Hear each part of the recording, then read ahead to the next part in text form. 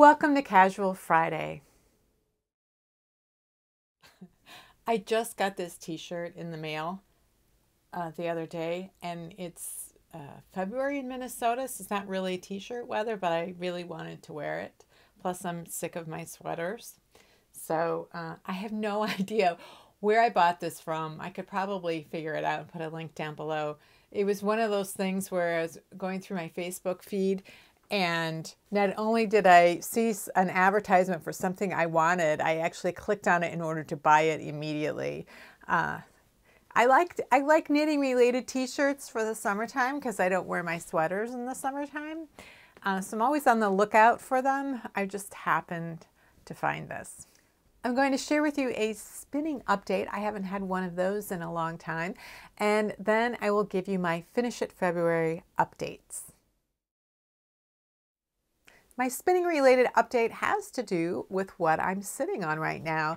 It's a brand new stool. I actually ordered it back in September. I'll put a little picture up here so you can see what it looks like. This is the same type of stool that the Weavers Guild has in their spinning room. And I remember my first day of spinning class, they had all the spinning wheels set up, and then they had these stools set up all around them too. And I thought, on the surface, they looked like they were going to be really uncomfortable. And I sat in it and I thought, well, this is actually very comfortable. And I felt like I was sitting up straighter than I would have expected on a stool. With a stool, they don't have any back support, and so I would feel like I would probably be slumping over. But the way that the seat is shaped, and the fact that the seat is actually tilted slightly forward, and it's at a perfect height, so it allows my legs to sit at a 90-degree angle, which is perfect height for treadling on the spinning wheel. Now, I'm a little bit taller than average, but actually my extra height is all in my torso. So as my mother would say, I'm tall in the saddle. And so my legs are really average height, but the stool is, I think, 18.5 inches off the ground, the seat is. And I found that I really liked this seat. When I went home and I needed to practice my spinning, I would use the folding chair that I normally am sitting in when I'm doing my Casual Fridays. And it was too low to the ground. So I was measuring chairs all over the house, trying to find something that was just as tall as this stool. And what I ended up doing, instead of being able to find a chair that was tall enough, I used my folding chair and I put my copy of Principles of Knitting on top of the chair, and that gave me enough height. Not a comfortable way to spin, I have to say. And so when I took my second spinning class in the summertime, I started measuring the stools because I thought, well, maybe my brother, who's a woodworker, maybe he would be able to make me one of these. And so I was taking all of these measurements and taking photos, and then I turned the stool upside down, and I saw on the bottom there was a label, and it was the name of a woodworker from Wisconsin, from Fond du Lac, Wisconsin. I might get his name wrong saying it. I'll put it on the screen and I'll look it up and make sure it's correct. I believe his name is Hans van Tresco, is I believe what his name is. And he and his wife have a company. I believe they also make looms and things like that. And their company is called Wool Gatherers. And I'll put a link down below to their website. So they go to, I think they go to different fiber shows and things like that. So once I knew who made the stools, I looked him up on his website and I saw what the price of the stools was. And I was planning a trip to Michigan, and I thought, well, maybe I would stop. I'd make a little detour on my way back through Fond du Lac and maybe buy one of their stools. But it's going to add quite a number of hours to the trip, and I would have to probably call them ahead of time, and I didn't know if they actually have any stools on hand. And you know, there was a lot of, I was thinking maybe I'd go to the Fiber Festival in Wisconsin, but it would have been it was just too much. So I thought, well, and I asked my brother, could you make me one of these? So I showed him the website and I said, I really want one of these stools. And he said, well, that's a pretty good price for handmade stool. I think you should get one. Meaning, I'm not making you one. So I ordered one, or I sent an email and asked, could I get one? Could I have it shipped to me? And they come in all different kinds of woods, and I chose pine. It was the least expensive, but they come in a variety of different kinds of woods and priced accordingly. And he emailed me back a few days later and said he didn't have any in stock, but if I wanted, he could make me one, but it wouldn't get shipped out till the end of November. So that was going to be a couple of months. But I was willing to wait. That was fine. And in the meantime, I wasn't doing much spinning until I went to the Weavers Retreat in early October, and I was spinning again. And somebody at the Weavers Retreat in the spinning class I had one of those stools. She brought it with her. She says, "Oh, it takes up room in the car, but I wouldn't be without it." And so I was really excited then. Oh, I'm going to have mine in another 6 weeks or so. Well, November came, end of November came and went, and I didn't have my stool, and the holidays were coming up, and I wasn't doing any spinning. And I kept thinking, well, I'm doing so much knitting, and I'm just, spinning hasn't really been completely incorporated into my life. I have to make sure I make time for it. And I never heard anything about the stool. So at the beginning of the year, when I was planning my goals for the year, like what are some things I want to do? And one of the things I wanted to do was I wanted to make sure I incorporated spinning into my week. And I thought, knitting group, I have Wednesday mornings, so I get plenty of knitting and social time in. I'll do spinning on Wednesday afternoons. And it wasn't happening. And I thought, I wonder whatever happened to that stool. So I emailed Hans again, and I didn't hear back from him until about the middle of February, when he called me and said, "Hello, this is Hans von Trusco in Fond du Lac, Wisconsin. I have your stool ready if you still want it. I know it's been a long time." And I said, "Oh, absolutely, I want it." And so he mailed it out that day. I had it 2 days later. So the stool came, I sat in it, I was so happy. And so now, for sure, I'm going to be spinning again, because this is just such a dream to sit in. And even here, just sitting here talking to the camera, it's so much more comfortable than that folding chair I've been sitting on forever. So that's my new acquisition. That's my spinning update. So I finished 3 things this week where I was really feeling some resistance, and I thought about why am I resisting this, and is this a signal for me to just say forget it, or is there something else going on? So I'll get to those in a minute, but first I want to show you these socks that I finished. So these are a pair of socks that I made for my brother, and the heel that I used in this is a version of the strong heel. The strong heel is named after a woman whose name I can't remember, and she's a hyphenated last name, and one of the the names of her last name is Strong. And this is a variation on that, but you can see, I don't know if you can see how the heel is really starting here, and it's coming out from the sock. The actual strong heel is a little different. It would be, you'd mark the heel at the normal 50% location, and then you would work increases every other round. You don't divide off the heel in half. So you're working them on top of each other. So the new stitches end up becoming part of the instep, and the heel is straight down. And so that way, if you're using self-striping yarns like this, the striping pattern continues as you're working the heel. The thing is about gussets is that increases or decreases for sock gussets, the location of them isn't really as important as just having them. So I did something that's more like a Cuban heel. A Cuban heel would normally be at the very back. It's where you put the first 2 increases, and then the increases become the heel. And so the rest of the sock stitch count stays as it is, and all of the new stitches become part of the heel.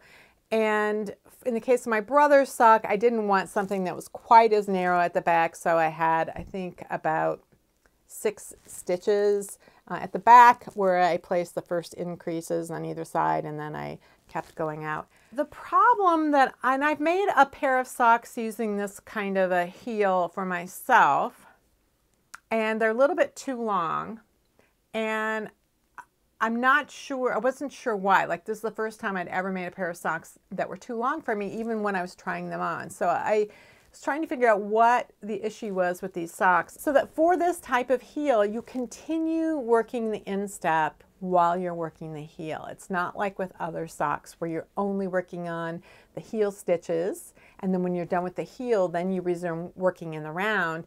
In this case, the instep continues to be worked while you're working the heel. Now, there is a short row turn at the bottom. After you're done with the heel, you do some short rows before you continue working in the round. But it does add length to the instep, and I really haven't quite figured out the best way to deal with that extra length on the instep compared to maybe what's underneath, and if that might have had something to do with why the socks I made for myself ended up a little too long. So I was trying to really be careful when I was finishing these. And I had my husband's feet are a little bit shorter than my brother's, but they're significantly narrower in circumference. So I had him keep his socks on his feet and had him try these on so I could kind of really gauge where to start the toe, and we'll find out if it worked or not. So I'm not completely sold on this type of a sock heel, whether it's a Cuban or a strong heel. I'm just because of how much length is added to the instep as you're working the heel. So I might continue to do some experiments, but I'm not sure. So now I want to talk about resistance when it comes to completing UFOs.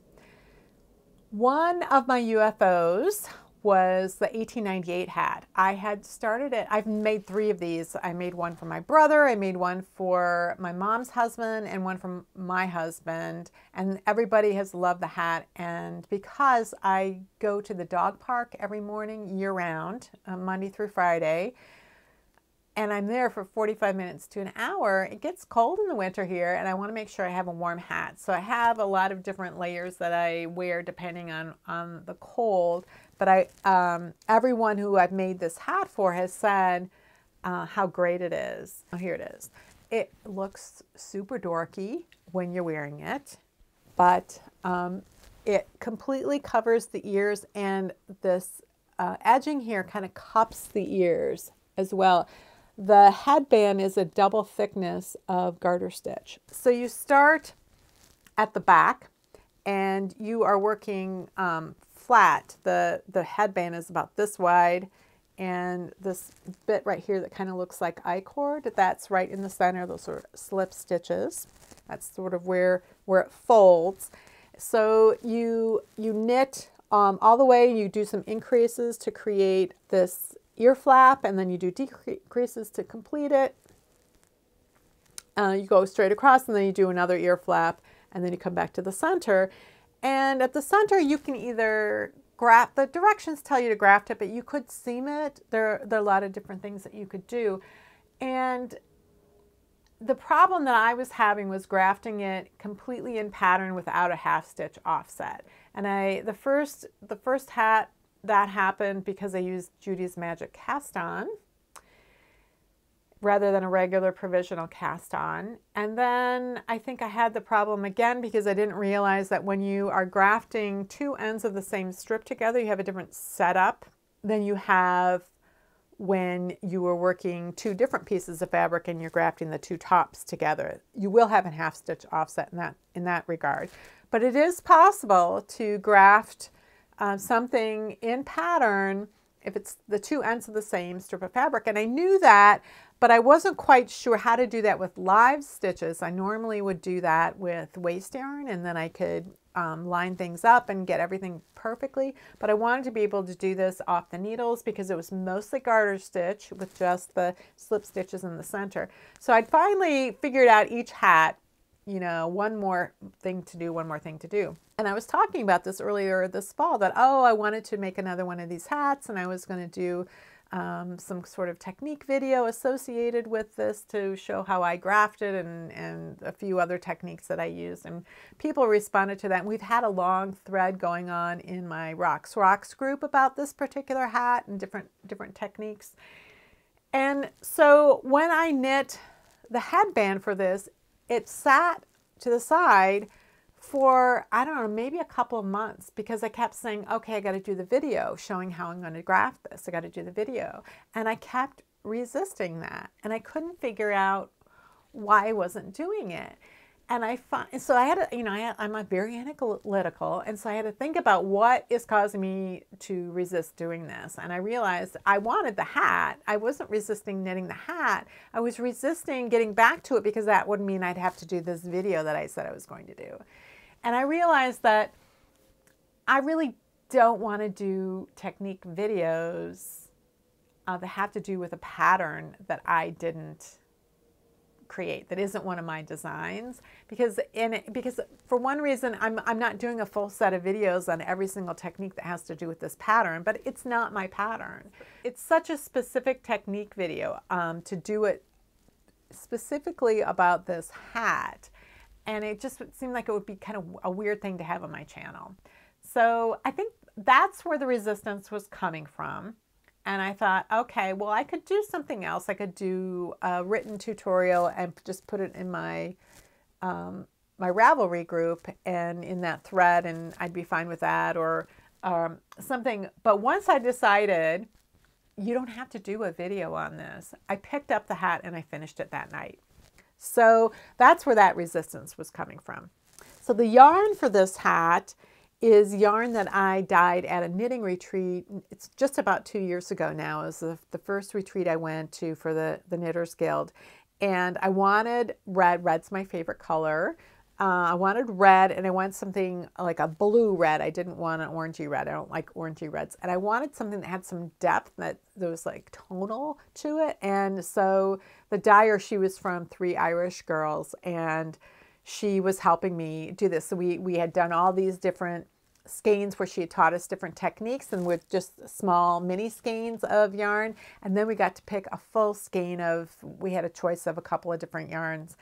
And then we could do sort of our masterpiece, and she really guided us through what it was we had in our mind. After practicing all these other techniques, she helped us get the yarn that we had, that we wanted. And it's been hanging up on my curtain wire above here ever since then. And so this winter, I'm like, I love that yarn. I dyed it specifically so I could make myself a hat with it. So that's my 1898 hat. So the next 2 things I finished were 2 pairs of mittens. They are also in red, practically the same color as the hat that I just did. They're all a little bit different. These mittens are mittens that I knit. In both cases, the mittens were complete. It was lining. I wanted to put some fleece lining in these, because I live in Minnesota, and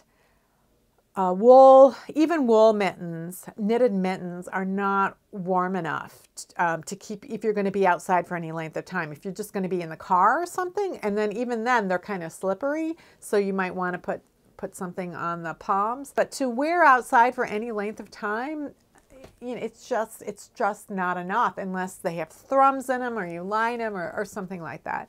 So I had knit these a couple of years ago, using the leftover yarn from kind of a shawl scarf thing that I had designed, and then I had made a hat from the same yarn, and I thought, ooh, maybe I'll make myself a complete set, you know, because I never do that. I usually just, you know, look like a drawer full of hand knits fell on me. I have a hat that's different from my scarf, that's different from, you know, if I have fingerless mitts or mittens or whatever I have on my hands is different than my socks and my sweater, and it, you know, nothing matches. So I thought, well, this is the way I could, you know, have a matching thing if I was going out somewhere or whatever. So I made these mittens and never lined them, and they've been sitting there. And then last year I thought, I'm going to make a video about how to line mittens, and that will force me to line these mittens. And so I lined one of them. I didn't line the other. And I wanted to show a couple of different ways of lining mittens with the different thumb styles. And so I knit this pair of mittens, which are plain. I knit them specifically in order to make that video. And then again, I never, lined them. I showed how to do that, how to cut out the fleece and how to do this and that and the other thing, but I didn't actually sew them in, and I only did one of them. So both of these pairs of mittens have been sitting here for several years waiting for lining. And again, I was resisting it. And I'm like, why am I resisting this? It's not going to take more than an hour, maybe 2 hours at the very most. It couldn't possibly take 2 hours, I didn't think. An hour, maybe, to make the linings and sew them in. So once again, I think about what was I resisting? Why was I resisting? Well, one of the reasons is I didn't really need these. I have plenty of other mittens and gloves and whatever, and I don't really need these or particularly want them. And the knitting is done. So the work that had to be done on this is not knitting, and that was what I was resisting. So this morning, I was like, just suck it up, just do it. And it literally took me about an hour to find the fleece, to cut the shapes out. I did a little bit of sewing on my sewing machine and then hand sewed the linings in, and it did not take very long. And it's the kind of thing where I get mad at myself once I actually have finished it. Like, why didn't I just do that? So now I have a couple pairs of mittens. I think what I'm going to do, I am going to keep the cabled ones just in case I decide I want to wear them with my scarf sometime. The plain ones, I think I'm going to donate these. The Knitting Guild has various charities that they help with. I assume there's some charity that they are collecting things for this year. I have to look and see, and then I can donate these. And if not, then Minneapolis Public Schools often has a need every year for, I think, hats, mittens, and scarves for kids, because there are a lot of kids, underprivileged kids in the city schools that don't have appropriate outerwear for the winter. They just don't have it, or it gets wet and then they don't have a second set. And so the teachers, there are certain schools that get a big supply of things like this. So those might go to one of those organizations. So while I was resisting doing anything about those two existing pair of mittens, I decided to start a new project that was also a pair of mittens, and that was also in the same color of red. Only these mittens are a little different because they are super huge. Part of the reason that I wanted to do them just was that they were so huge. So let me tell you why I knit these and what they're for. So I have a routine year-round where Monday through Friday I go to the dog park with my dog. And on the weekends we take a long walk around the neighborhood, but on the weekdays we go to the dog park. And it's as much for me as it is for my dog. I didn't really think it was for me at all until I realized this winter how much I need that morning experience of going to the dog park. And so for my dog, he's very social. He really likes to meet other people. And he really likes to meet other dogs. He doesn't want to play with them. But the dog park, it's like he's going to work. He's a Shih Tzu, and which they're bred to be companion dogs. But in his mind, going to the dog park is his job. He comes in and he has a routine of about 15-20 minutes where he does the entire perimeter, marking everywhere and sniffing everything, checking everything. And then once he's sure everything's okay, then he comes in and he says, hi to all the people, and he says hi to the dogs, and he'll greet new people coming in. Sometimes he'll walk with them back to the gate when they leave. And so it's really important to him. And then since September, I've been taking my sister-in-law's puppy with us in the morning to the dog park. She lives pretty close to the dog park. It's just a little bit of a detour to get there and pick up this puppy.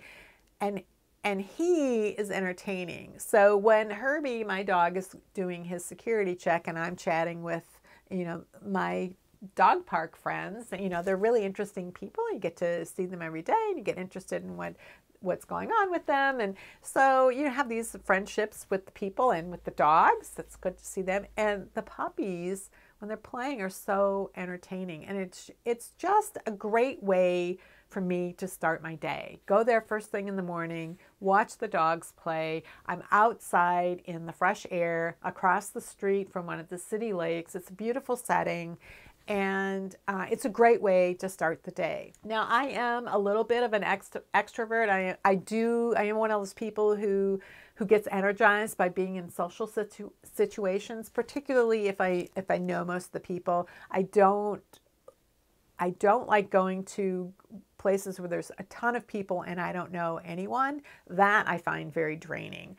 But in most cases, I really enjoy going out and talking to people and whatever. But at the same time, there really aren't enough hours in the day for me to have to myself. So I'm really happy being by myself most of the day. I'm inside my head. I'm on the internet. I am interacting with people. I'm doing things.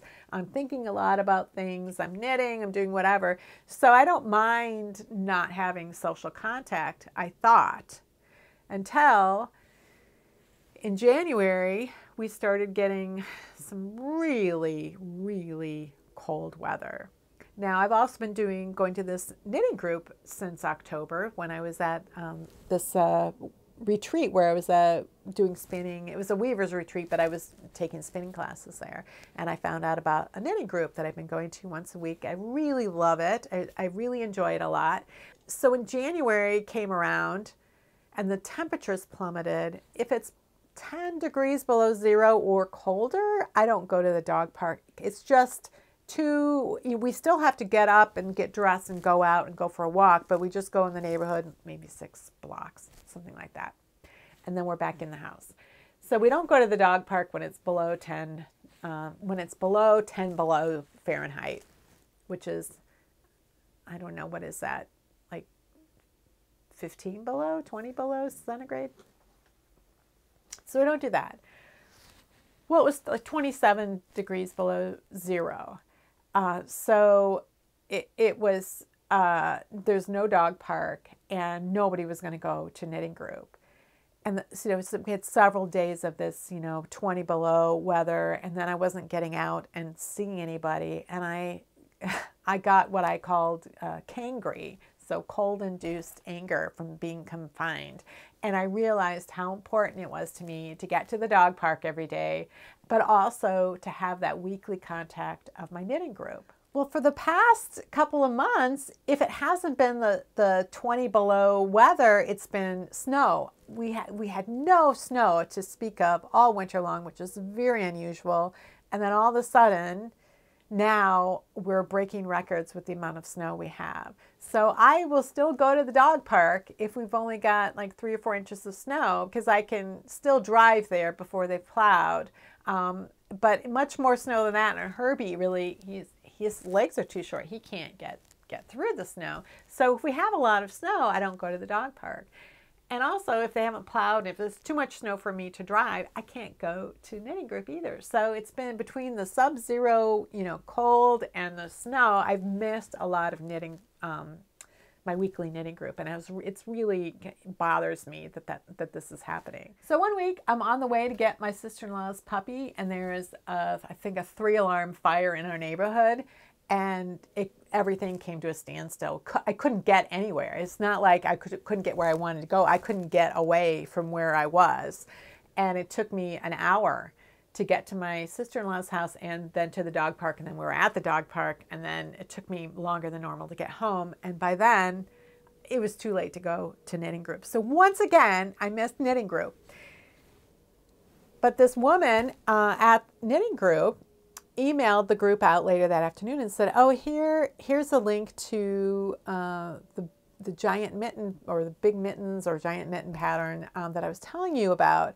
And I was like, I wonder what that's about. And I clicked on the link, and it turned out that our local, the local trauma center here, we have a lot of hospitals, but it's the local trauma center, HCMC, Hennepin County Medical Center, was looking for 30 pairs of these giant mittens. They had contacted Jean in the knitting group to get 30 pairs of these mittens. So Jean is in a smaller charity knitting group. There's only 3 people, and the hospital was asking for 30 pairs of these mittens, and she's like, we can't do that. So she was asking this larger knitting group that we're all in if they wanted to help. And I was kind of intrigued by it, that they were using these for the burn unit. And so I started Googling around, like, are these giant mittens, is that a thing? And the only reference I could find for it was specifically this particular hospital. Well, it turns out that Karen, the woman who I've talked about in the past few months, who was a charity knitter that I had met by doing a class at a knitting retreat, and then she died a few years ago, and her knitting group was finishing up her charity projects, except for the one red scarf they asked me to help with because they didn't have the pattern for it, and so I completed it. Well, Karen was in this other charity knitting group where there was a new knitter who had a mitten pattern, and she'd gone out and she'd bought some super bulky yarn, and she bought the right needles for that yarn, and then she started knitting these mittens, and they came out enormous. And it was because she didn't understand about gauge, that the mitten pattern was written for a worsted weight yarn, and so she had just followed the directions for how many rounds to do and how many rows to do for this, and she ended up with these giant mittens, which, you know, they all thought was very amusing. Well, they were also doing other knitting. They were doing a lot of charity knitting for Hennepin County Medical Center. They have a NICU unit. They have cancer patients. They've got all kinds of things. So they knit all kinds of objects for the hospital. And so they were putting together this package of like 100 different things. And Karen said, well, let's put those big mittens in there. I'm like, why? Nobody's going to be able to use these. She's like, you never know. So the mittens were properly knit. They were just enormous. So it wasn't like it was bad yarn. It wasn't like they were badly made. They were just huge. So they put the mittens in with this package, and the burn unit nurses saw them and said, these are great, because the burn unit here in Minnesota doesn't just service burn victims, but they also service frostbite, because that's a thing in this kind of a climate where you get sub-zero temperatures. So they have very similar sensitivities and healing issues, the frostbite and the burn victims. And one of the things they have in common is that they're very sensitive to cold. And when they have these bandaged up hands, there's no way to put standard mittens or mittens over those hands. And so that's what so they asked them, can you make us more of these? And so like, oh, okay. And so they made them a bunch of these mittens. Well, HCMC just called Jean recently and said, we need 30 more pairs. And she's like, well, there's only 3 of us in our knitting group. We can't do that. So she came to the knitting group. I am the one that I missed because there was a fire, and said, do any of you want to help with this? And I thought, well, that's great. But in the meantime, because, Jean said to HCMC, you should put a call out on use your social media to ask for these mittens. And they said, okay, well, do you have a pattern? She's like, well, sort of. I mean, we have a pattern. It's not like a real pattern. We have instructions for how to make these. It's not, the kind of pattern that you might expect that would have schematics and all that kind of thing. But we have something. She's like, and I can't give support. If people have questions, I don't want to run interference. I don't want to answer a lot of questions about that. And they've said, no problem, we'll do it. So the next week when I was at knitting group and I was talking to Jean about it, and I said, well, it's so interesting that they sent those mittens, because my feeling about charity knitting has always been to only donate things that were the same quality as I would give to like a family member or something like that. Like I'm not going to use a charity as a dumping ground essentially for my bad knitting. I said, well, that really is just not something I would have done. And she said, no, Karen really changed my perspective on that and how to look at certain types of things that you wouldn't necessarily think were useful.